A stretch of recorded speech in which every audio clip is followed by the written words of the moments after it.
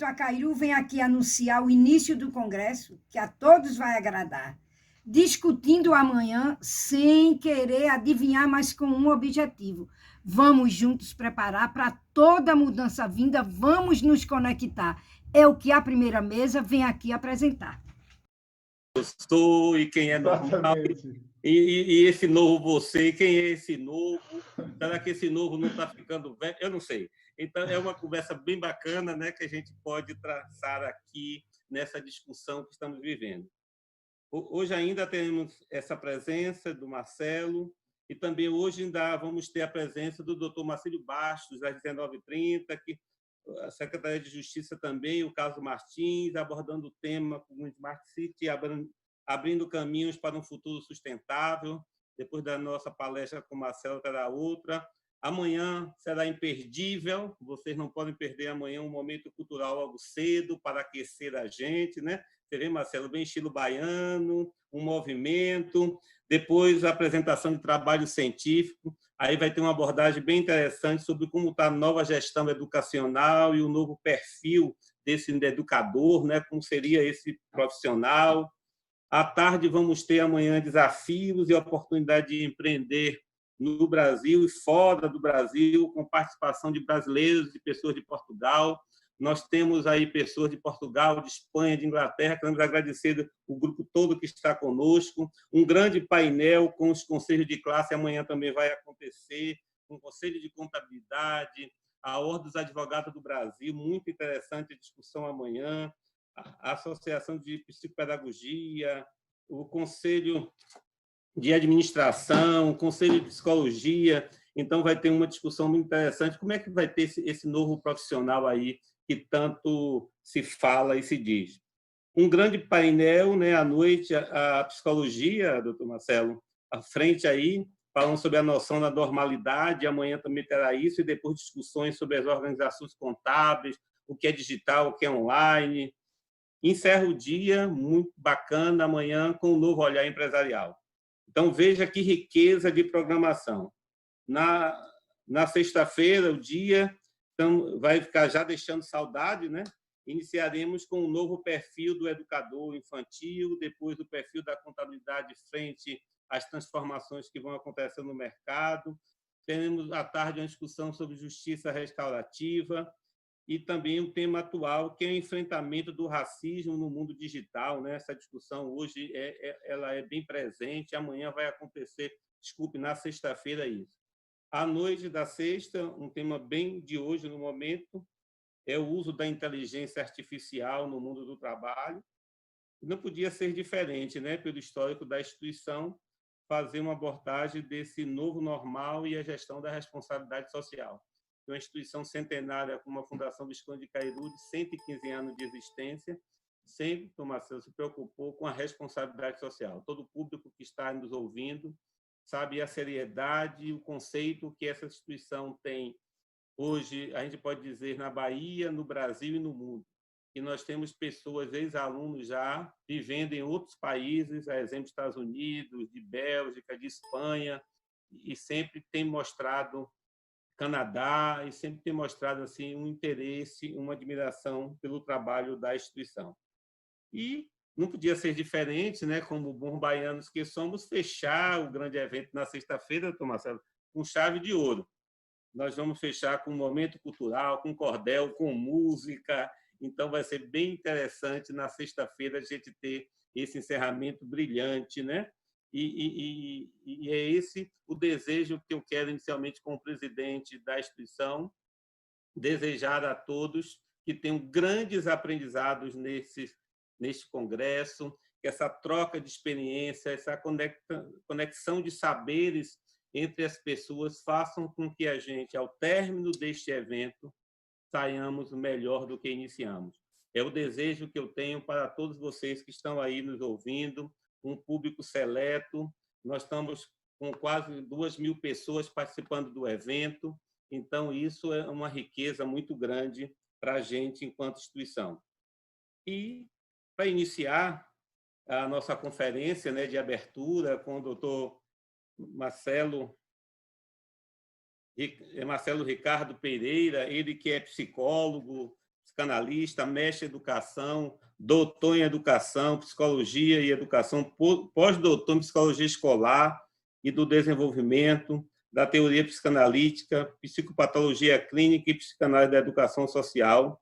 É professor doutor de psicologia, psicanálise e educação do programa de pós-graduação da Faculdade de Educação da Universidade Federal de Minas Gerais. Com larga experiência em outros países, você pode contar um pouco depois da sua própria experiência, Marcelo, na Argentina, em Angola. Então, esse seu currículo tão rico, com as suas obras publicadas, a exemplo da Impostura do Mestre, o nome atual do mal-estar docente e os sintomas da educação de hoje. Então, com a sua larga experiência, nós vamos discutir um tema, né?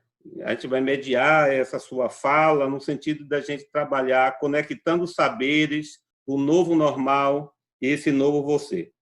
Então, vamos iniciar a nossa conversa, doutor Marcelo, com uma provocação, e aí deixo você dessa provocação e a gente vai conversando. Na sua visão, que novo normal seria esse? E como estaremos dentro desse contexto? Como é que nós vamos estar nesse contexto, Marcelo, com a sua larga experiência também como psicólogo, uma pessoa, um pesquisador reconhecido nacional e internacionalmente? Então, como é que você vê essa percepção, né? Porque muito se fala dessas questões, né? Tá todo mundo dizendo que vai ter um novo normal, vai ser alguém. Então, como seria essa relação? Então, é isso que eu gostaria de ouvi-lo, e fique à vontade aí para poder a gente discutir e traçar a nossa conversa aqui. Seja bem-vindo entre nós. Eu me sinto sempre muito bem-vindo, professor Antônio Carlos, à Bahia. Eu estou em Minas agora, mas eu estou um pouquinho na Bahia, virtualmente falando. Nós estamos aqui alinhados na Bahia. Eu já tive por 2 vezes a oportunidade de estar na Cairu.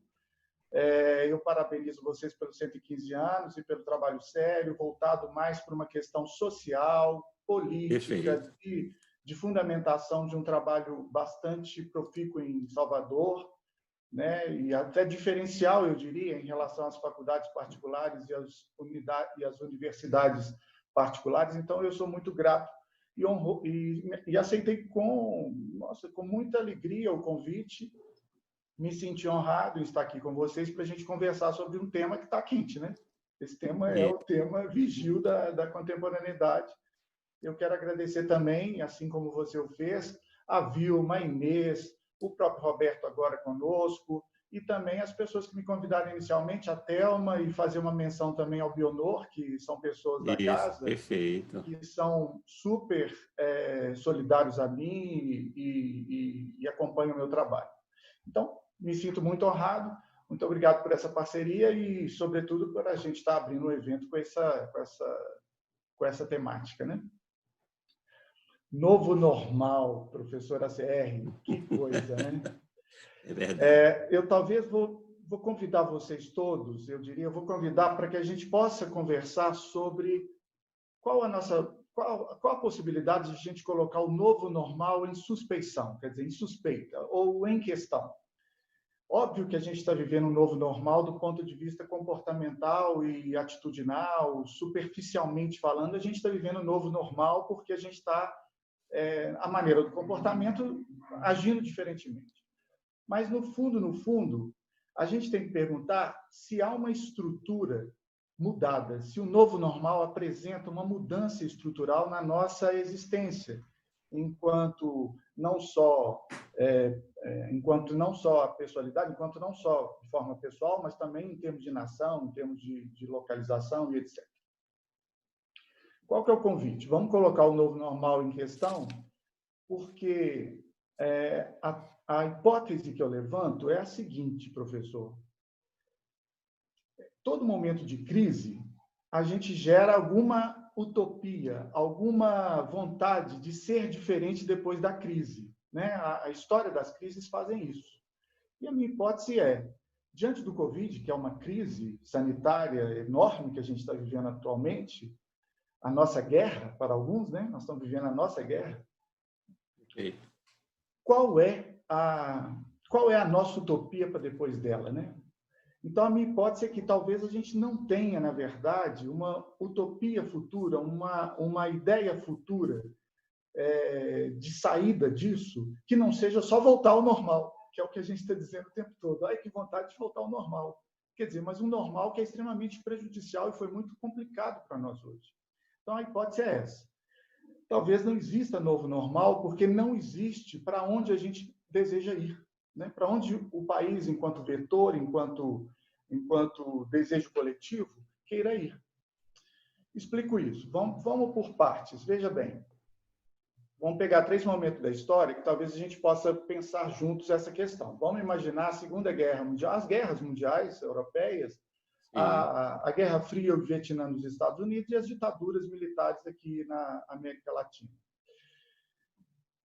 Toda a guerra, quer dizer, o período conflituoso e tudo mais, todos esses momentos geraram períodos muito, muito maléficos para os povos naquele momento. Imagina a Europa, o que é viver na Europa na Guerra Mundial, né, durante as guerras mundiais. Mas se vislumbrou depois, os países, quando saíram da guerra, vislumbraram as reconstruções das nações de maneira que elas pudessem, de alguma maneira, criar um estado do bem-estar social. Quer dizer, criar as nações num padrão que a gente conhece, quem já viajou sabe, quem já viajou à Europa sabe muito bem como é, assim, é um padrão de classe média. Quer dizer, o Estado é forte, keynesiano, forte, entra na economia e promove o estado do bem-estar social. Quer dizer, foi um vetor de muitos, né? Todo mundo que saiu da crise queria uma Europa reconstruída e voltada para o bem público. Então, se vislumbrou como utopia coletiva alguma saída que fizesse com que a Europa fosse melhor do que ela estava até então. O mesmo eu poderia dizer, por exemplo, da Guerra do Vietnã e ali a Guerra Fria nos Estados Unidos, que culminou numa sociedade jovem, né? Assim, a juventude se libertou das tradições nesse momento. O movimento beatniks, os hippies, o rock, a contracultura, o paz e amor. Quer dizer, os jovens americanos se viram com uma possibilidade de libertação. Eles promoveram uma nova nação, uma nação jovem que culminou, inclusive, na forma como a gente vive hoje, nas virtualidades, nas formas juvenilizadas que a gente vive hoje. Quer dizer, nós somos todos um pouco americanos nesse sentido, porque vislumbrou no meio do século uma sociedade diferente, uma sociedade mais jovem, mais aberta, mais livre. Livre dos costumes, inclusive, né? Dos costumes. Se a gente pegar aqui a ditadura militar na América Latina, as ditaduras militares da América Latina, a gente viveu a crise das ditaduras, o Brasil viveu talvez uma das mais longas, ainda que não a mais mortífera, mas uma das mais longas, e o que gerou foi, na verdade, uma vontade, no final, né, uma vontade de nação, que a gente fosse uma nação mais cidadã, uma nação mais democrática, menos desigual, né, uma sociedade mais, digamos, mais social. Tanto que a gente fez a Constituição Cidadã de 1988, por exemplo. O que eu quero dizer com isso é que toda crise gerou uma vontade utópica de sair melhor, seja das guerras mundiais, seja no Vietnã, seja nas ditaduras. A gente quis um país melhor. Nós não conseguimos no Brasil a tal da democracia cidadã. Evidentemente, nós ainda não conseguimos isso, mas se vislumbrou, né? Assim, existia um desejo de nação que isso acontecesse. Aí eu pergunto para nós agora, o Covid está. Se o Covid está, se ele é uma crise, se a gente está vivendo isso como crise, qual é a nossa utopia? Como a gente quer sair dessa crise? Veja, eu não consigo vislumbrar nada na literatura, nas coisas que eu leio, nas informações que eu tenho a respeito do pós-Covid, no pós-pandemia, que nos mostre um futuro no sentido utópico, que vetorize a vontade de muitos. Na verdade, o que eu vejo é que nós vamos ser mais virtuais, nós vamos fazer mais consumo online, nós vamos fazer mais videoconferência como essa aqui, nós vamos fazer mais educação à distância, nós vamos ter mais exposição, hiperexposição às redes sociais, etc. Professor CR, isso já estava antes, isso não é futuro, isso é agora. Nós já somos assim. O que o Covid está fazendo, ou pelo menos a pandemia nesse momento em que a gente está confinado está fazendo, é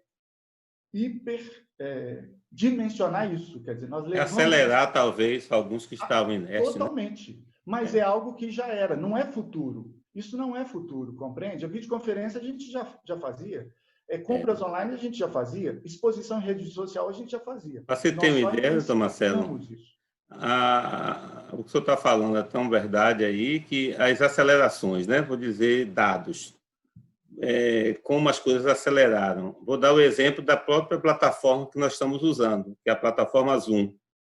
Sim, nós estamos usando aqui a Zoom, está sendo transmitido pelo YouTube, mas na plataforma Zoom, por exemplo, eles tinham 10 milhões de pessoas que já usavam, como você está dizendo aí, normal. Com a pandemia, eles foram para 200 milhões. Saiu de 10 para 200. Então, em termos de escalabilidade, houve um crescimento bastante acelerado. Você pode levantar a hipótese assim, não era previsto, né, tão rápido a aceleração. E isso, a crise provocou essa aceleração. Mas esse novo, né, que a gente está criando, a gente tem que dizer assim, o que é, né? Mas vamos lá. É isso, a ideia é essa essencial. A gente exponencialmente levou o mundo para um outro lugar, mas esse outro lugar já existia antes. Isso, ok. Perfeito, e olha, perfeito. Nós temos 200 milhões no Zoom, mas a gente tem uma multiplicação de plataforma de reuniões. Então, assim, a gente vários tipos, vários. Nesse sentido. Então, o que eu vou dizer é o seguinte, olha, o que era para ser futuro já está. Então, nós não temos utopia futura. E se a gente não tem utopia coletiva, claro, a gente tem utopias individuais, utopias identitárias, os movimentos, etc., mas não é ainda uma utopia que vetoriza muito. Se a gente não tem essa utopia coletiva, a gente pergunta, teremos futuro? Quer dizer, o futuro já é? Já não é? Já está o futuro? Nesse sentido, a sociedade talvez caminharia mais para uma distopia do que para a utopia propriamente. Né? Seria para a anomalia das possibilidades, para a dispersão de possibilidades, do que necessariamente uma utopia coletiva que nos conduzisse. Então, isso talvez aponte mais para o nome atual do mal-estar docente do que o nome atual do mal-estar na civilização, que é o termo freudiano, né? Mais do que necessariamente para um lugar novo, idílico, paradisíaco ou fantástico que a gente vai viver no futuro. É interessante, você coloca uma questão assim, dentro desse seu olhar, né, bem pontual, quando se diz assim, nós não estamos vivendo uma utopia coletiva, nós estamos a identitária ou aquela questão individual, porque você vê as pessoas dizendo assim, eu não serei mais o mesmo, mas é uma decisão que nós já poderíamos ter tomado. Vou dar um exemplo. Eu preciso cuidar mais do meu corpo, né? Eu preciso fazer atividade física e tal. A pandemia me levou a eu refletir que eu preciso disso. Mas não é coletivo, é uma decisão individual que eu posso tomar. Você vê as pessoas falando, doutor Marcelo, assim, é muito comum, agora as pessoas vão dar mais valor às coisas mais simples. Mas alguns já davam. Sim, pode ser uma decisão individual. Eu vou estar mais apegado à família, porque antes eu estava preocupado mais com o trabalho, já vi que eu posso trabalhar em home office, já vi que eu posso ficar mais em casa, dedicar mais tempo. Mas não é algo novo, não é verdade? Percebe? Não tem aí projeto de sociedade, projeto de nação, alguma coisa que nos levasse movimentando, junto com muitos, para um outro lugar, para que a gente pudesse vislumbrar um futuro melhor. Na verdade, é o melhor pessoal, é o melhor para o meu grupo identitário, ou melhor para circunstâncias, não é necessariamente coletiva.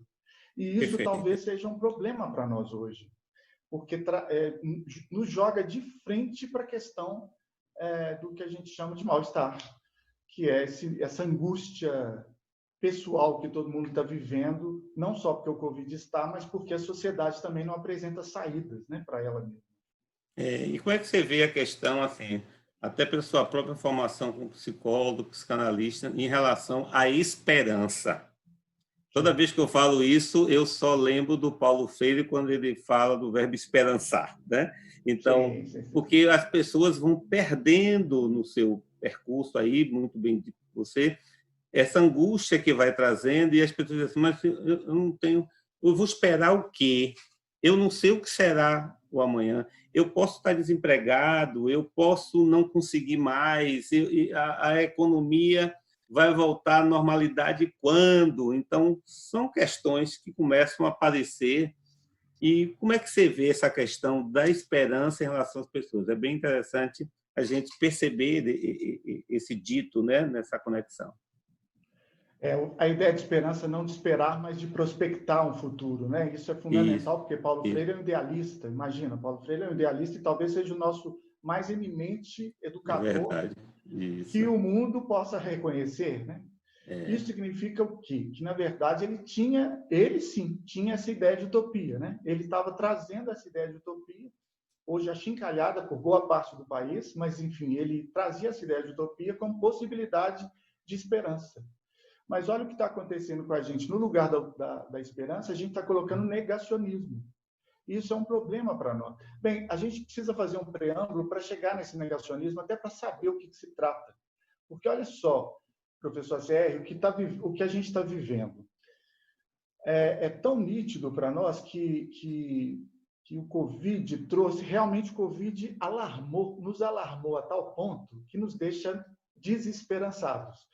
Desesperados, eu diria. Por quê? Porque, se for verdade aquilo que o Freud disse em 1930, que o mal-estar tem 3 fontes, e essas 3 fontes estão presentes no Covid, eu explico. Por exemplo, primeiro, mal-estar para Freud é angústia, essa angústia social que a gente tem, essa angústia de conviver num mundo que possa me tolher ou me ameaçar, ou, enfim, uma angústia de sempre estar em déficit com essa sociedade. Mas vamos partir das 3 fontes do Freud. O Freud vai dizer, olha, o mal-estar é derivado da natureza, do corpo, do nosso próprio corpo e das relações sociais, dito de outra maneira. Do poder da natureza, que a gente não tem como controlar, do envelhecimento e a fraqueza do nosso corpo, que a gente não tem também como controlar, apesar da gente lutar demais para adiar isso o máximo, e dos problemas das relações sociais. Então, essas são as 3 fontes do mal-estar para Freud. Mal-estar que o sujeito vive na civilização ou na sociedade. Se for assim, veja que coisa, o Covid traz as 3 fontes ao mesmo tempo. Né? O Covid ele é algo da natureza, que nos coloca nessa condição desesperada, sem esperança. O Covid produz o adoecimento do corpo, se não a morte, quer dizer, é algo que pode nos aniquilar enquanto corpo. E o Covid também afeta as relações sociais. Aí você me diria, Marcelo, as relações sociais com isolamento social, a gente está longe das pessoas queridas, dos amigos, da família extensiva, coisas do gênero, fazendo as coisas que eu gostaria de fazer, mas, na verdade, mais do que o isolamento, a proximidade é que causa o mal-estar. Porque, se a gente pensar bem, quando a gente está dentro de casa muito tempo com as mesmas pessoas, nós vamos tendo o esgarçamento de tudo que é ruim Claro, tudo que é bom, tudo que é amoroso, tudo que é carinhoso, mas também tudo que é maléfico, estressante, complicado, violento, segregador. Quer dizer, nós vamos vivendo experiências de relações sociais muito pesadas. Então, o Covid traz essas 3 fontes ao mesmo tempo. Isso nos deixa mais na condição de desesperançado do que necessariamente esperançoso. Por quê? Porque diante dessa condição estressante que a gente está vivendo, dessas dissensões violentas e etc. nas relações, a gente começa a negar isso. Eu não quero saber disso. Olha, se isso tudo está sendo causado pelo Covid, então eu vou negar e vou para a rua. Vou fazer festinha, vou fazer um churrasco aqui, enfim, vou comer um acarajé com os amigos. Eu nego que isso está existindo. E é uma negação infantil, né? Ela perverte a realidade porque ela é infantil. Eu saio como se fosse a criança que não quer ver, que não quer ter o brinquedo. Você não pode brincar com isso. Ela dá um jeito de negar isso e brincar de qualquer forma. Ou de fazer uma birra. Isso é o que eu ia dizer, fazer a birra. Então, muitas vezes, o adulto está fazendo birra. E agora você está trazendo uma discussão bem interessante, as causas, talvez, ou por que está fazendo essa birra. Exatamente. A gente pode dizer que é um mecanismo de defesa, essa negação é uma defesa? Esse é o nome. Esse é o nome. Para a psicanálise, é um mecanismo de defesa. É um dos possíveis mecanismos de defesa que a gente está vendo que o brasileiro está fazendo. A maneira que a gente não tem um vetor social, um vetor político ou uma administração pública que nos oriente melhor nesse sistema, cada um vai lidando a própria sorte. Eu sei que Salvador teve uma boa administração em relação ao confinamento. Aqui em Belo Horizonte também nós tivemos um bom prefeito, mas olha, foi a ação do prefeito, não é a ação do governo federal ou de um Ministério da Saúde. Perfeito. Aqui também foi assim, a ação do prefeito. O prefeito, e vocês ainda tiveram a benesse de ter um prefeito alinhado com seu opositor no governo. Foi, e o governador se alinharam os dois.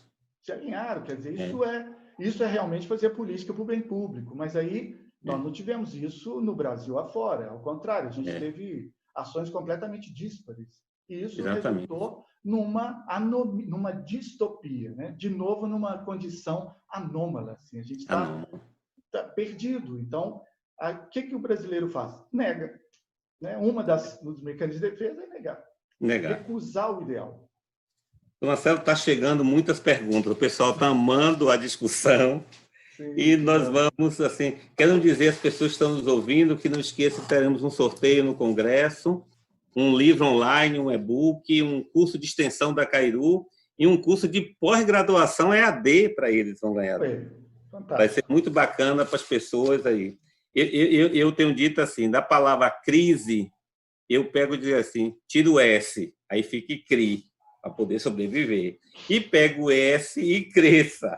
E esse S maior vire sucesso. Então, tem que aprender com a criatividade para ir vencendo. Olha as perguntas que começaram a surgir aí da nossa conversa aqui. O Emerson Morvani vai dizer assim, diz que o Covid nos convida a refletir sobre muitas mudanças. Você acredita nessa perspectiva, Marcelo, que o Covid nos levou a refletir sobre muitas mudanças? O Emerson, eu realmente acredito mais nos efeitos dela do que na possibilidade da nossa reflexão. Eu não acho que ele está fazendo com que a gente reflita. Mas, se a gente agora, isso aqui que a gente está fazendo é uma forma de reflexão. Por exemplo, eu tenho para mim que essa pandemia vai gerar efeitos, né? Por exemplo, o esgarçamento das nossas relações desiguais. Quer dizer, a nossa desigualdade está a nu, eu diria. Nós estamos pelados diante da nossa desigualdade. Nunca vimos isso tão explícito, né? A nossa desigualdade social, cultural, econômica, digital. Nós temos problema das pessoas terem acesso ao mundo digital que não seja o celular, que não aguenta plataformas mais elaboradas. Então, nós temos problema de uma desigualdade. Refletir sobre essa desigualdade, eu acho que é um dos efeitos dessa pandemia.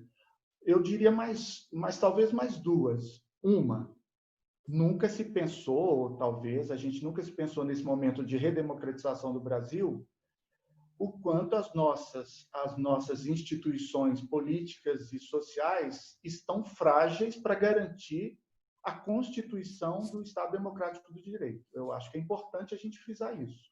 Quer dizer, nós o tempo todo estamos ameaçando as instituições e, consequentemente, o valor constitucional da gente ser uma nação democrática.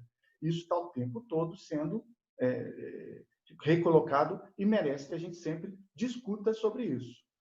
E eu acho que um dos efeitos também que acontece, que a gente pode pensar em termos de reflexão, é o caráter macunaímico, né, professor CR sabe bem, assim, o quanto que nós somos meio macunaíma, né? O brasileiro tem que se virar. Então, ele tem que ir de plano aqui, acolá, ele tem que dar um jeitinho nessa avacalhação, nesse espontaneísmo brasileiro. Nós vamos dando um jeito para poder fazer parte do bolo, porque tem muita gente excluída. Essa desigualdade é muito grande e aí, para dar um jeito de entrar, a pessoa vai dançando ali para entrar. Isso já vem desde a escravidão e a gente continua perpetuando isso. mas nos deixa muito conservadores, que a gente não muda a estrutura, né? A gente não muda a estrutura social nem política. Então, nós somos muito conservadores e hierarquizados. Eu diria assim, binariamente hierarquizados. Um coronel e os seus subalternos. E aí os subalternos dão um jeitinho para poder comer um pouco dentro da Casa Grande. Mas, na verdade, o que a gente tem é um país conservador, violento, preconceituoso com as minorias, e isso tem se perpetuado. E temos uma janela aberta para fazer as reflexões, Emerson. Eu acho que a gente precisa botar esse país a nu para poder ter uma utopia nova para a gente resolver essas questões. Perfeito. A Rita Cruz, eu vou fazer duas perguntas aqui, a de Neuciane e Rita Cruz juntos, porque estão linkadas. Ela fala que vê uma grande preocupação em relação às escolas. Em se tratando de crianças, como o doutor Marcelo vê isso em relação às crianças? Já a Neuciane, ela diz assim, como será o novo normal nas escolas? Então, como é que as escolas vão lidar com esse novo normal, né? Por exemplo, nós na Fundação Visconde de Cairu, a gente tem que fazer todo um processo de adaptação para as aulas remotas, né? Inclusive, amanhã eu vou contar um pouco na palestra que a gente vai fazer da gestão, como foi um desafio, né, de se ajustar. As universidades públicas, eu não sei a sua experiência aí na Federal de Minas Gerais, eu sou da Universidade Federal da Bahia também, então, na Universidade Federal, agora que a gente está, depois de uma pesquisa, meses se passaram, está tentando se ajustar para fazer um semestre suplementar, e a queixa maior é que muitos alunos estavam com dificuldade de acesso. E também o professor, eu estou falando de tecnologias, né? E nem o professor estava preparado também, muitos, para lidar com isso, com tanta velocidade. Não estou dizendo que é algo novo, eu também concordo com essa sua fala inicial, mas estou falando no sentido de se adaptar daquele, buscar esse crescimento. Aí a sua utopia identitária, a sua utopia individual, a sua construção individual, que cada um teve que talvez buscar. Então, aí ela coloca como é a escola, em se tratando de criança, na sua visão, que você vê isso, e como será esse novo normal nas escolas? Qual é a sua percepção a respeito disso? Definitivamente, para mim, escola para crianças só pode voltar depois que a gente tiver vacina que consiga fazer com que essas crianças não contaminem as pessoas mais velhas. Então, é uma questão sanitária antes de tudo. A vacina vai chegar, ela vai chegar daqui a 6 meses ou 1 ano, ela deve chegar e ela vai chegando de forma escalonada, porque não se produz 6 ou 7 bilhões de vacinas de hora para outra, então a gente vai escalonadamente atingir as pessoas. Então, é um complicador, porque essas crianças estão vivendo mundos muito diferentes. Do ponto de vista da escola pública, ela tem vivido um certo buraco na sua escolarização, né? Um certo vazio na escolarização. Algumas redes tentam trabalhar, aqui em Minas estão tentando fazer a distância, mas a gente está descobrindo que a exclusão digital é gigante, né?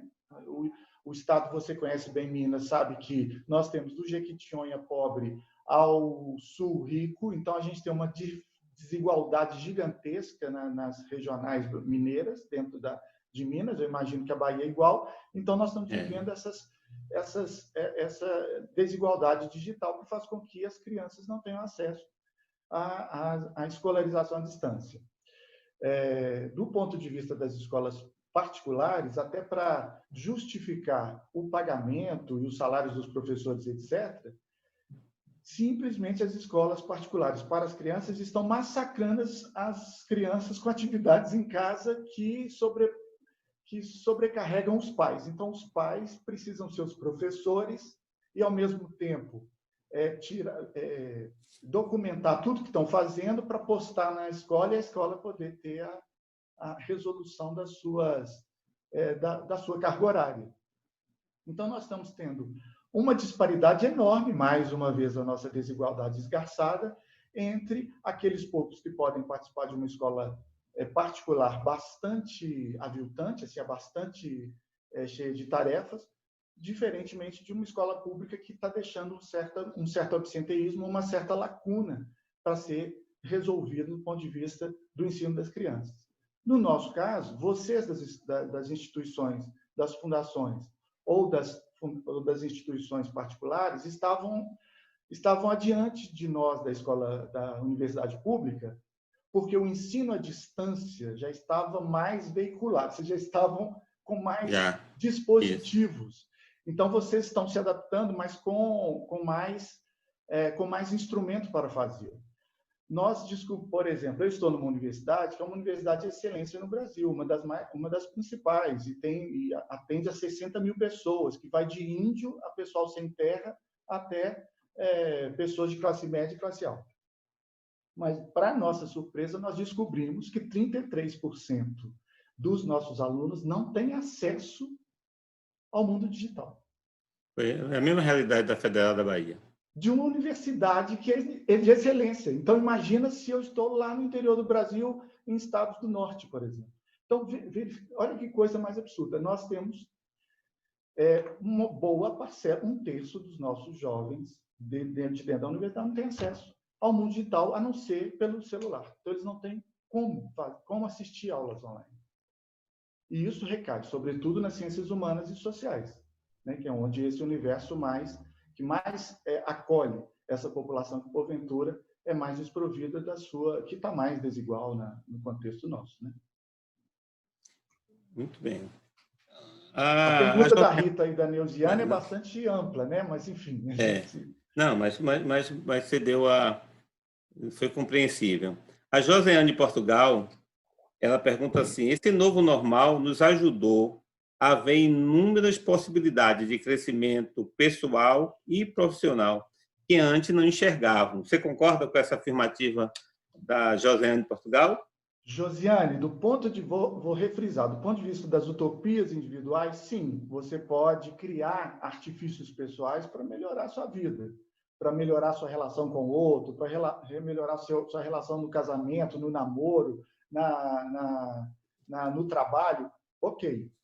Mas, do ponto de vista estrutural, volto a frisar, nós não temos utopias que comova mais pessoas, coletivamente mais pessoas, para um mundo melhor. O que nós estamos vivendo, na verdade, não é a possibilidade de um mundo novo ou melhor. Por enquanto, o que está se vislumbrando é a gente permanecer onde estamos. E o que estamos não é tão bom assim. Elis, ela pergunta assim, o que é o novo normal? Não tenho visto mudanças de comportamentos. Vem Elis, eu também. Retoma a sua fala inicial. Eu também acho, Elis, na verdade, o novo normal não é novo. Na verdade, a gente não está vivendo propriamente o novo normal do ponto de vista estrutural. Então, essencialmente, para mim, é isso. O novo normal está possibilitando, talvez, a intensificação de certos comportamentos que já existem e não novos. Interessante que alguns que já me conhecem daqui, quando eu dizia assim, estão falando do novo normal, eu não sei nem se normal eu sou, aí as pessoas me dizem assim, ele não é certo. Aí veio o doutor Marcelo que trouxe essa mesma fala, de uma forma diferente, mas me dizendo a mesma coisa, então está coincidindo, né? Então eu não estou sozinho. Porque... Então a gente talvez estejamos vivendo o novo anormal, não é assim? O novo anormal, né? Como vai ser essa relação? A Gleide, ela disse assim, o Covid veio para que possamos pensar, não só individual, mas em coletividade. E trouxe mais à tona a ansiedade e a depressão. Você concorda? Concordo. Aliás, ela não trouxe, já estava. Nós estamos numa sociedade, Gleide... Perdão, é Gleide, não é isso? Gleide, isso mesmo, Gleide. Gleide, obrigado pela pergunta. Muito boa, porque nós já estamos numa sociedade extremamente depressiva, ansiosa, com tendências suicidas. Isso é um problema para a saúde mental que nós estamos vivendo há mais tempo. Por quê? Uma sociedade que liberou todo mundo a gente fala, uma sociedade do direito ao gozo, quer dizer, todo mundo quer seu prazer imediato aqui e agora. Uma sociedade onde todo mundo quer esse prazer imediato aqui e agora e precisa fazer isso com muita ansiedade, é uma sociedade extremamente deprimida, porque, na verdade, nenhum prazer imediato leva você a uma condição melhor, propriamente. Então, você se frustra com isso. Então, nós criamos uma sociedade deprimida. E, ao meu ver, o Covid fez também intensificar isso, porque como você está não só apartado de certos prazeres, mas, ao mesmo tempo, muito hiperexposto a certas relações monótonas e cotidianas, você acaba por adoecer mentalmente. Né? Nós estamos queremos agradecer a todos que estão agora, nesse momento, ouvindo, Marcelo, a nossa explanação, a sua fala efetiva sobre a temática. Estamos recebendo muitos elogios e o pessoal tem pedido um pouco em relação à educação, como é que fica. Aí você pode passar desde a educação infantil à educação superior. Aí eu vou aproveitar logo e fazer uma pergunta da Jucinara, que ela diz assim, por tudo que já foi dito, né, dessa conversa nossa aqui, a escola precisa garantir o seu espaço social, ela não pode estar fora desse espaço. Mas com os protocolos de distanciamento que foram criados, né, será um espaço conteudista. Vamos retroceder? Então, desde a educação infantil, porque quando alguém pede, vai na educação infantil e lá o espaço social é um espaço que deve ser levado em consideração as relações sociais que fazem ali com aquela criança, né? O seu envolvimento social no ambiente. E agora, que não tem, com esse distanciamento não pode acontecer, como é que fica, então, essa relação? Aí traz a pergunta de Jucinara, né? Será que a escola ela vai retroceder, vai voltar ao passado de uma escola extremamente conteudista, né? Eu também não sei, né, se ela já saiu totalmente de ser conteudista, né? Aí eu quero deixar o Marcelo falar e depois eu posso falar o que eu penso também como pedagogo, né, em relação a essa relação aí que temos, né? Jucinara, eu acho que a sua questão toca em algo de ordem muito sensível. Vou dizer da minha própria experiência com relação à educação à distância. Veja, nós estamos diante... Eu trabalho com psicanálise do adolescente, uma das disciplinas que eu professo aqui na UFMG. Então, a psicanálise do adolescente, a gente trabalha extremamente questões singulares do adolescente, como a sexualidade, a questão política, a questão social, as questões de ordem familiar, enfim, a gente trabalha uma certa psicologia do adolescente para que ele se constitua enquanto tal, né? Sua relação com a criminalidade, sua relação com os desvios, etc. Né? Sua tendência a abdicar-se da casa. Então, imagina, é uma disciplina muito rica do ponto de vista prático, porque as pessoas se sentem muito motivadas, até porque os nossos jovens universitários, eles são praticamente adolescentes, então eles se veem muito na disciplina e querem muito conversar. Então, as aulas são muito aquecidas, porque as aulas são inflacionadas de questões, porque as pessoas são motivadas pela própria condição em que se encontram. Então, de repente, eu escuto coisas assim, por exemplo, pessoas de determinada religião interrogando a questão da sexualidade juvenil ou da política juvenil, enfim. E aí a gente para a aula para isso ser a própria aula. Quer dizer, a aula é justamente os valores morais de determinada religião em detrimento dos valores rebeldes dos adolescentes, enfim, de uma sociedade urbana. Isso não estava no programa, compreende? Não estava necessariamente no currículo programado, mas como a aula trouxe esses elementos, a gente vai e o coloca na roda. Esse calor, ele é presencial. Ele é muito presencial. Quando a gente vai para uma aula que você está por detrás da máquina, ou, mais que isso, você tem cerceado as possibilidades das questões, ou mais que isso, você é gravado, e essa gravação pode ser usada de diversas maneiras, enfim, você cerceia a sua possibilidade de inventar as aulas ou de fazer com que as aulas sejam uma novidade nela mesma. Elas ficam mais pasteurizadas. Não quer dizer que ficam totalmente pasteurizadas, mas mais pasteurizadas. Então, elas tendem a voltar mais para a questão conteudista. Elas tendem a voltar mais para o programa estabelecido enquanto tal. Isso é uma verdade que talvez não seja necessariamente um retorno, um regresso, mas é um fator que pode estar ocorrendo. E se isso for assim, vocês me perguntaram acerca da educação como um todo, né? Bem, a pergunta é genérica, eu não sei bem especificar o que querem saber acerca da educação, mas todo o sistema educacional ele é recolocado na berlinda, né? Qual a possibilidade da gente inventar uma forma nova de ser nesse momento em que nós vamos virtualizar mais as relações, ou vamos virtualizar ainda mais as relações? Digo isso assim, por exemplo, aqui eu faço uma pesquisa numa escola em que eles estão correndo para tentar fazer com que os alunos ali do Fundamental 2 estejam aptos a estarem de novo estudando à distância, uma escola pública.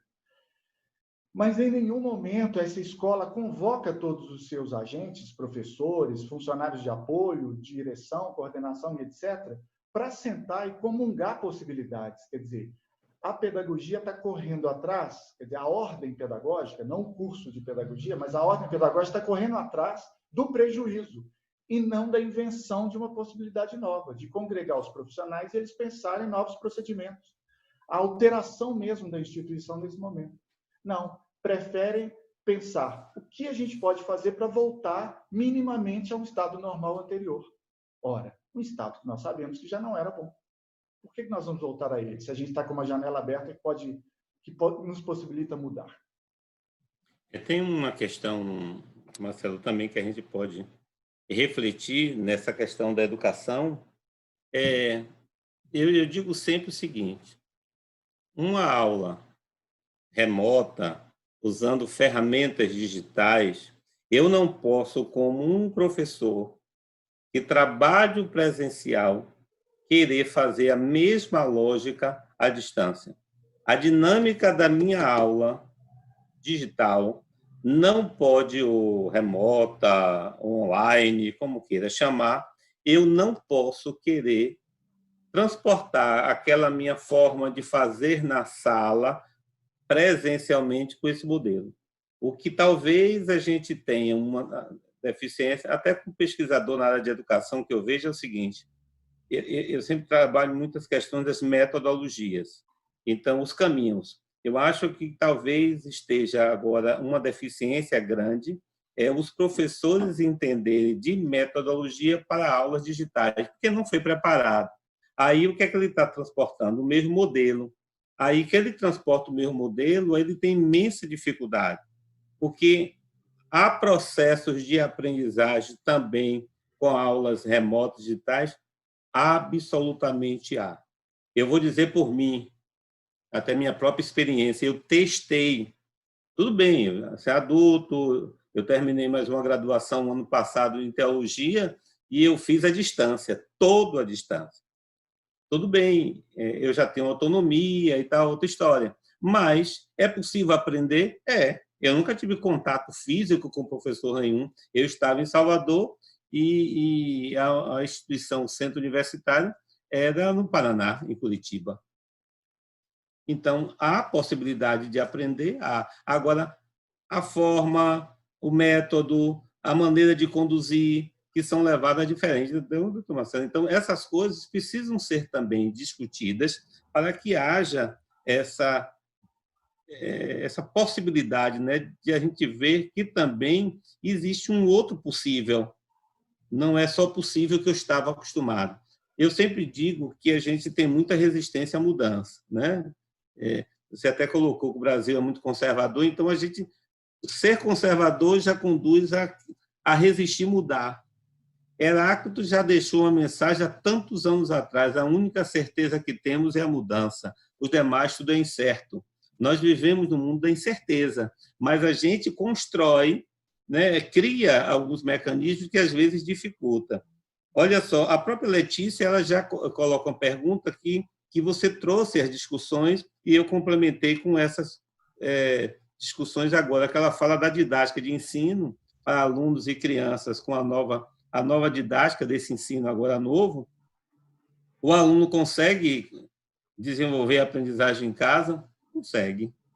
Agora, não é? Eu não sei sua opinião, mas consegue, eu não posso negar. Eu também construí um imaginário simbólico que o único espaço de aprender era a sala de aula. Ela é um dos, talvez poderia ser o último, mas eu considero o único.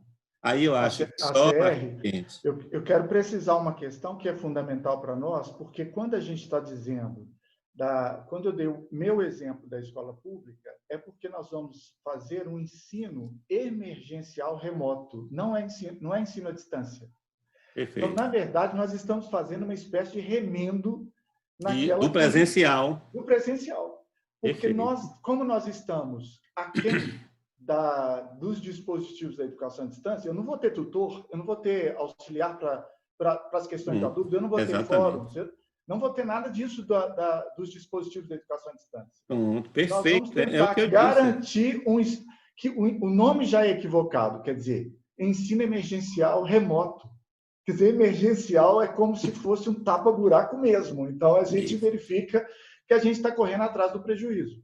Então, nós vamos traspassar a mentalidade do presencial para a distância, mas de uma forma híbrida. Ok, vamos inventar, nós vamos arranjar um jeito disso acontecer, mas que não é ainda a condição mais adequada para a gente fazê-lo, que a gente vai comprometer os próprios alunos com relação a isso, eu não tenho dúvida. Não, eu também, eu acho que você está certíssimo aí, tranquilo.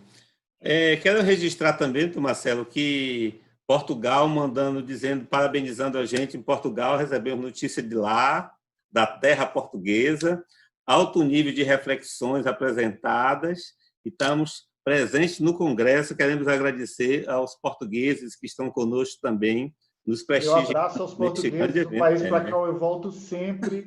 Tive um livro lançado lá, sou muito contente com nós tivemos os portugueses e as pessoas. A oportunidade de viver um tempo lá, né, morar um pouco lá, eu estudei lá, então foi muito bom a experiência também vivida em Portugal. É normal as pessoas andarem de máscara? Alguém perguntou, se protegendo das outras pessoas? Ou ela é anormal? Eu achei massa essa. De quem é a pergunta? De Denise. Denise. Claro que não, né, Denise? Veja, é curioso porque a gente verifica isso claramente nas divisões culturais do mundo, né? Por exemplo, a gente vê os orientais muito mais disciplinados em relação a isso. Quantas vezes eu encontrei em esquinas do mundo, nos aeroportos, os orientais, mesmo sem pandemia, já usando máscara. Isso mesmo. Tem uma experiência com a poluição ou com o excesso de contaminações, porventura, que possa cometê-los, e eles já utilizam como se fosse uma roupa, assim, uma peça de roupa normal. Mas quando chega no Ocidente, nós somos mais indisciplinados. E se a gente chega no Brasil, me parece mais ainda. Quer dizer, nós temos uma dificuldade em tornar isso um hábito. Evidentemente, por que a gente tem dificuldade de tornar isso hábito? Porque um dos fatores foi esse que eu aleguei antes. Assim, nós temos um negacionismo para com aquilo, para com a nossa recusa do ideal. Quer dizer, a gente recusa o que é ideal social naquele momento e nega. Então, a máscara é o símbolo de que a gente não pode negar. Então, claro que a todo momento que eu puder passar por cima dessa regra, eu vou passar. Eu vejo todo mundo, aqueles que utilizam, inclusive, mexendo no centro da máscara, colocando ela em outro lugar. Quer dizer, a gente usa da máscara o nosso objeto de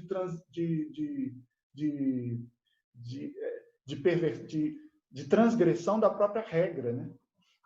É verdade. Tem uns que penduram, né? Não está nem no local correto, como enfeite, enfim. Não, é a cachumba, né? A máscara da cachumba. A pessoa coloca no pescoço. É incrível. É impressionante. É realmente subverter a regra, né? Nós estamos tendo um comentário geral das pessoas que estão no nosso congresso, os nossos congressistas, dizendo excelente para o momento, para a discussão e a temática desse congresso, e agradecendo a participação do Dr. Marcelo nesse evento. André Neves faz uma pergunta assim, de fato, são totalmente distintas. Ele estava se referindo a aulas presenciais e às aulas remotas que nós tínhamos conversado. Mas não impede o acesso à aprendizagem. o desafio que é maior. Concorda? Ele leva essa questão. Eu acho que você, ACR, respondeu bem isso anteriormente. Porque, na verdade, há um desafio, porque assim, a gente estava em um hábito, quero dizer para o Marcelo que há uns anos atrás, talvez eu tenha sido um dos primeiros na Bahia a fazer uma especialização em educação à distância, porque eu via que isso era algo que ia acontecer lá na frente, né? Aí, aqui na Bahia, na época, não tinha, e eu fui para a Universidade Católica de Brasília fazer uma especialização, e, para você ter ideia, eu defendi o meu projeto por audioconferência na época. Audioconferência. Então, você veja quanta mudança aconteceu. O avanço da tecnologia veio muito ajudar essa interação nesse processo de aprendizagem, e a gente tem, hoje, existem pessoas que são digitais e pessoas que são analógicas. Nós convivemos com essas gerações, a geração analógica e a geração digital. São gerações com modelos mentais diferentes. Sim. Mas um pode aprender num mecanismo, o outro aprender com outro mecanismo. Mas a gente consegue todos aprenderem, não é? Sim. Então, eu não posso fazer uma negação. Você, como psicólogo, psicanalista, né, entende, né, na relação com o ser humano, que é possível as pessoas aprenderem na relação. Sim, é evidente, professor CR, eu acho isso muito pertinente de ser colocado, mas a gente tem que sempre ter a dimensão de que as intergerações, elas precisam, essencialmente na sua formação, dos referenciais, dos referentes, daqueles que podem me apresentar o mundo, seja por qual mecanismo for, distância, presencial, de qualquer jeito, mas eu preciso ter esses referentes a quem, inclusive, a geração que está chegando possa desobedecer, possa criar outro argumento, possa interceder. Perfeito. Não precisa ser para a obediência, porque você tira e nem para seguir. Para seguir, não. Você pode ser o referente, inclusive para ser desobedecido. E o que a gente percebe nas gerações e a distância promover um pouco isso, e as relações mesmo presenciais, é o quanto esse referente tem se diluído, o quanto ele não tem se apresentado, o quanto ele tem se evadido desse lugar. E isso faz com que as gerações que estão vindo fiquem derivando a própria sorte, quer dizer, eles ficam à deriva, eles ficam criando artifícios sem necessariamente ter um referente a quem obedecer ou desobedecer, ou criar argumentos diferentes, etc. Vivendo. Seja no nível íntimo dos pais, que às vezes eu presencio coisas assim, de pais que querem parecer mais com o irmão do filho do que necessariamente um pai como referente obedecer ou desobedecer, né? Ou criar argumentos diferentes. Ou pessoas no mundo educacional, seja se omitem no nível íntimo apresentar como essa pessoa que possa servir de referência. Eu presencio coisas. Então, é necessário que a gente tenha sempre isso, em qual ordem for, em qual dispositivo for, distância, presencial, semipresencial, qualquer que seja, que a gente, híbridas, né, as formas híbridas, que a gente tenha confiança naquele que está ali, que ele possa transmitir no lugar simbólico, um lugar realmente necessário para as gerações que estão vindo possam fazer o confronto com isso, né? Possam se colocar a partir de um referente apresentado e não de uma omissão. É verdade. Agora você me fez lembrar, né? Aí você, como psicólogo, vai fazer a leitura, né? Eu voltei ao passado, Marcelo, lembrei. Eu morei em um local, você falou do referente. Tinha uma mãe que tinha uma filha adolescente, ela se comportava igualzinho a filha. Até a roupa que a filha usava, ela usava também. Sim. É incrível, é um negócio desse, né? O orgulho dela é alguém chegar e falar assim, nossa, vocês são irmãs? Isso, perfeito. Era assim que ela gostava. Vocês são irmãs? Isso realmente é uma inflação da sociedade do eu, né? A sociedade do egóico, assim, eu quero fazer ginástica, ou eu quero ficar bonito, ou eu quero ficar bonito, é sempre a sociedade cuja referência passa a ser o eu, e não a sociedade, e não as instâncias simbólicas da sociedade. Isso faz com que a gente empobreça os laços sociais. Perfeito. Cacilda diz o seguinte: por consequência da necessidade de estruturarmos a sociedade de forma colaborativa, vejo a pandemia como forte catalisadora da economia colaborativa. Como vocês observam isso? Qual a sua visão? Cacilda, é mais como um horizonte possível nessa utopia a ser reconstruída do que efetivamente como tal.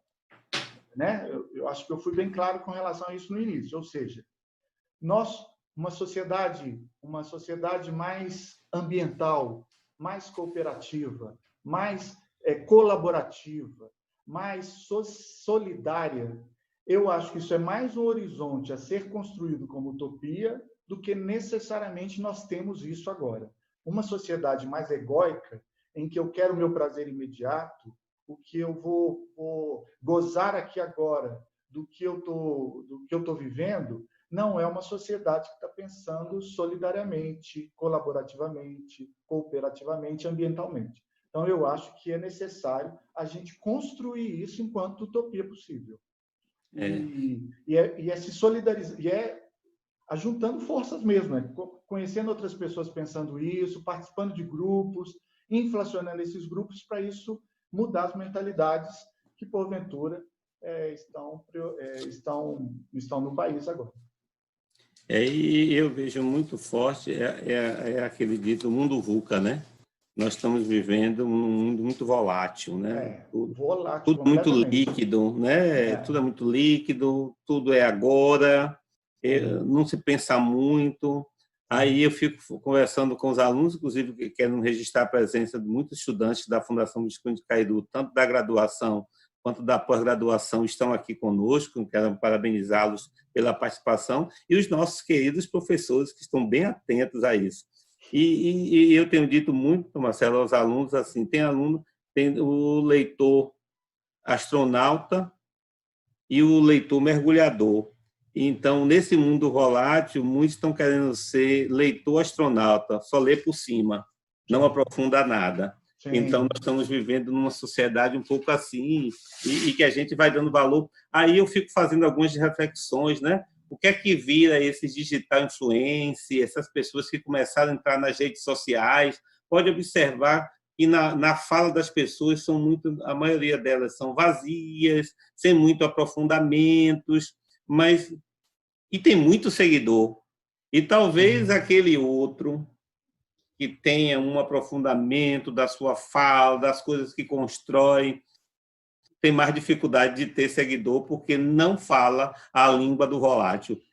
Sim. Consegue perceber isso também, Marcelo? Nossa, certamente. Nossa. Olha, sem ser nostálgico de um passado que foi mais denso, mas não nos levou para um mundo melhor, a sociedade superficial é a sociedade da manchete, né? Assim, as pessoas têm ideia do conteúdo pela manchete, quer dizer, ninguém aprofunda um saber sobre as coisas, ou muitos não aprofundam, em função de ser tudo muito superficial. Ok, nós estamos no mundo da superfície hoje, é muito mais essa superfície que nos deixa sem essa utopia futura, né? sem essa vetorização do futuro.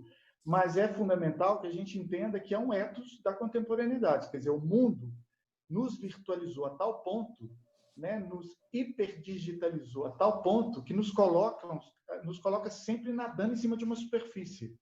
Agora, nós precisamos, e nós temos esse papel, a meu ver, professor, a Cairu, a minha universidade toda, nós temos que salvaguardar o pensamento, salvaguardar o lugar do pensamento, porque o pensamento talvez seja o mais sublime do humano, assim, é nós que conseguimos fazer uma mudança no ambiente natural a partir do pensamento. Então, talvez a gente precise salvaguardar isso para que a gente recupere a nossa capacidade de reflexão. Alguém, no início, agora eu não vou lembrar o nome, disse sobre isso, falou sobre a questão, não sei se foi o Emerson ou a Rita, mas, enfim, pessoas que falaram que a nossa capacidade de reflexão está menor.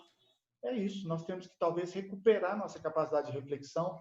Isso não quer dizer que você precise ser profundo no mundo superficial, mas você precisa pensar causas e efeitos e consequências de algo que está sendo estudado ou pensado, né? Que está sendo colocado em pauta. Nada é só a superfície, tudo tem um valor que jaz sobre aquilo que está sendo posto, né? É verdade. Então, a gente está vivendo assim, são momentos que levam a gente a fazer algumas reflexões. O tempo que é curto, um papo tão gostoso, né? Tão bom, a gente ficaria aqui conversando, mas eu não poderia, antes de terminar, Marcelo, de fazer não é uma provocação, é perguntar o que é que você acha. Será que a vida, ela aceita dublê? Não, né? Porque, na verdade, eu venho de uma área, a psicanálise, que tem o interesse em descobrir a sua verdade singular, a verdade singular do seu desejo, né? A forma como você veicula-se nesse mundo, se implica com uma causa, né? O nosso objetivo, enquanto profissão, é fazer a subjetividade realizar nesse mundo, com a verdade do seu desejo, que muitas vezes você mesmo desconhece, né? Por isso que Freud chamou de inconsciente, porque não é que está lá, que jaz no seu profundo, nada disso. É que nas relações sociais, elas fazem você se mostrar até como você se desconhece. Talvez a aproximação social dentro do seu métier do Covid, lá no seu confinamento, mostra coisas que você fala, nossa, sou eu fazendo isso? Sou eu violento? Sou eu ansioso? Sou eu deprimido? Sou eu estressado? Quer dizer, faz você aparecer como você menos espera. Então, na verdade, claro, nós não temos dublê, porque, na verdade, nós temos uma possibilidade de, em poucos momentos, mostrar, construir uma verdade sobre nós mesmos. E isso é impagável. É impagável. Olha, eu queria fazer mais coisas, mas o tempo não vai dar, mas só mais uma provocação para a gente fechar. O encapsulamento. Esse tido novo normal, que a gente já discutiu, né? Que não é normal de nada, né? É um normal que a gente nem sabe se não é uma normal. Esse encapsulamento, eu digo assim, olhar para si mesmo, estou encapsulado. A pandemia conseguiu, na sua visão, contribuir um pouco para que isso acontecesse, que as pessoas voltassem mais para si? Eu acho que você já conseguiu caminhar aí com aquela sua fala inicial, mas era No algo fundo, comigo, eu tenho discutido um pouco isso. No fundo, ACR, eu tenho dúvidas sobre isso, porque que ela está intensificando a nossa capacidade egóica, eu acho que está. Eu quero, eu faço, a minha dor, a minha depressão, a minha ansiedade, eu me sinto mal, eu vou negar, eu vou infantilmente fazer birra. É a patologia do eu, né? Do É, egóico, assim. Eu acho que ela está. Mas encapsular-me no sentido de refletir sobre mim, sobre o outro, sobre a sociedade em que eu estou, o mundo que eu quero construir, sobre a forma ambiental, a forma digital, seja qual for o que eu tenho de projeto, não só para mim, mas para o meu entorno, eu tenho dificuldade em achar que isso está sendo posto. Claro, não é por todos, mas no olhar macro assim, da sociedade, eu acho que nós estamos numa sociedade muito mais egoísta do que altruísta, muito mais voltada para a minha dor pessoal, ou minhas alegrias, ou minhas paixões enquanto cegas, né? Do que propriamente para uma forma de eu me colocar no mundo, eu pensar o mundo, eu pensar o meu entorno, ter solidariedade, ou ser colaborativo, como diz a Cacilda, que, é claro, muitos de nós fazemos isso, né? Nós fazemos isso de alguma maneira, mas a maioria não. Então, eu tenho a sensação que nós estamos numa sociedade superficial, é uma sociedade mais egoísta. E a gente pode, numa identidade, numa questão individual, pode aparecer um ou outro nessa perspectiva, mas não coletivamente, né? Não. Quer ver um exemplo claro para mim? Por exemplo, nessa forma negacionista que a gente está vivendo e superficial. Vamos imaginar que você está em guerra como a gente está no Covid. Vamos imaginar que a gente está em guerra. Quando você está num pelotão, você está no exército, alguém vira e fala, todo soldado tem que morrer pela pátria, a gente aceita, é um valor simbólico geral. Mas se você estiver na guerra e o seu capitão vira e fala para você assim, olha, alguém vai morrer pela pátria, aí acende em você um medo, compreende? Porque aí eu posso ser essa pessoa que vai morrer. Enquanto é genérico, é simbólico. Todos devem morrer pela pátria. Vamos agora trazer para o Covid. Vamos pensar no Covid. Por exemplo, olha, todos têm que se contaminar para que o país crie defesa. Isso me parece ser uma verdade, ou seja, todos devem contaminar para que os organismos possam criar defesa no país. Mas, se eu mudar a frase e colocar assim, alguém tem que contaminar e morrer para que depois se crie defesa, para que outros criem defesa. Aí eu posso ser essa pessoa que vai morrer. Então eu passo a negar, eu passo a ter medo. E o medo é a angústia mais real. É a angústia realmente real. Ela é aquela do medo do aniquilar. E eu acho que hoje a gente se volta muito para o próprio eu de maneira egoísta, para não, com medo dessa sociedade que pode me aniquilar a qualquer momento. É verdade. Gente, o assunto está tão bom, mas o tempo nos faz necessário, né, doutor Marcelo? Marcelo Ricardo, foi muito bom estar contigo, assim, foi muito proveitoso, né? O congresso em si, as pessoas estão participando dizendo isso. Queremos aproveitar para avisar que tem um link no chat para eles acessarem, para registrar a presença no evento. Lá no YouTube você vai ter um chatzinho e está sendo postado agora pelo Núcleo Acadêmico Pedagógico da Cairu para controlar a frequência das pessoas. E quero dizer assim, agradecer em nome da Fundação Visconde de Cairu a sua tão boa disposição estar conosco e de forma muito sábia, com conhecimento, com leveza na sua fala, com tranquilidade, né? De trazer de uma forma muito tranquila e clara para entendermos. E foi muito bom eu podendo estar participando contigo desse momento de abertura do nosso evento. E queremos dizer o nosso muito obrigado em nome da Fundação Visconde de Cairu e agradecer a sua participação aqui conosco. E queremos dizer que não se encerra o evento para todos que estão, continuem aí presente, teremos mais palestra, teremos o primeiro sorteio no final da próxima palestra, e vocês continuem conosco, que vamos continuar o evento. E, Marcelo, Ricardo, muito obrigado, que Deus continue lhe abençoando aí e que tenha sempre sucesso na sua vida profissional e pessoal. Um grande abraço, fica com Deus. Professor CR, eu quero registrar também meu agradecimento, a simpatia como foi conduzida e o trabalho todo, as perguntas das pessoas muito estimulantes para a gente poder ficar falando a noite toda aqui sobre todos os temas. Realmente muito agradável, espero ter estado à altura da abertura e da forma como esse evento está potentemente se manifestando. Tá bem? Muito obrigado. Eu que agradeço. Fica com Deus. Até uma próxima vez na Bahia. Com certeza, será um grande prazer recebê-lo aqui. Um grande abraço, querido. Fica com Deus.